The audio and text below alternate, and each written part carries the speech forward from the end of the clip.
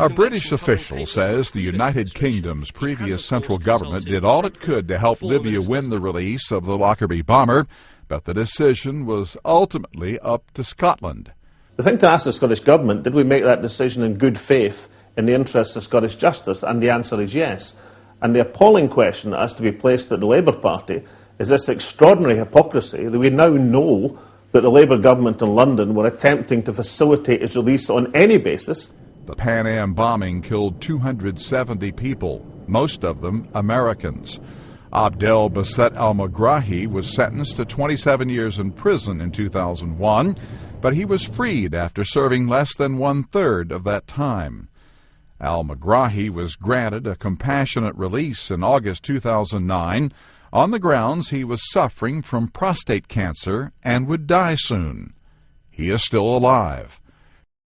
We did not think in any way, shape, or form that his release was in anybody's interest. We continue to believe that. Current British Prime Minister David Cameron has strongly criticized al-Megrahi's release and ordered an investigation after he took office last May. I believe it was profoundly wrong.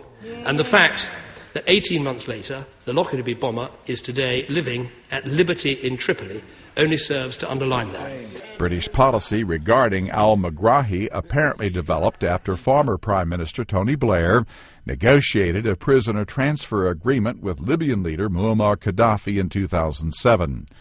According to the review, Libya made clear that if al-Megrahi died in Scottish custody, it could have serious consequences for the UK government. A U.S. Senate panel held hearings last year on whether the British-based oil company BP had sought his release to help get a $900 million exploration agreement with Libya moving. Former BP chief executive Tony Hayward refused to testify. The company has acknowledged that it urged the government to sign a prisoner transfer agreement with the North African country, but it stressed that al-Megrahi's case was not specified. Ross Simpson, The Associated Press.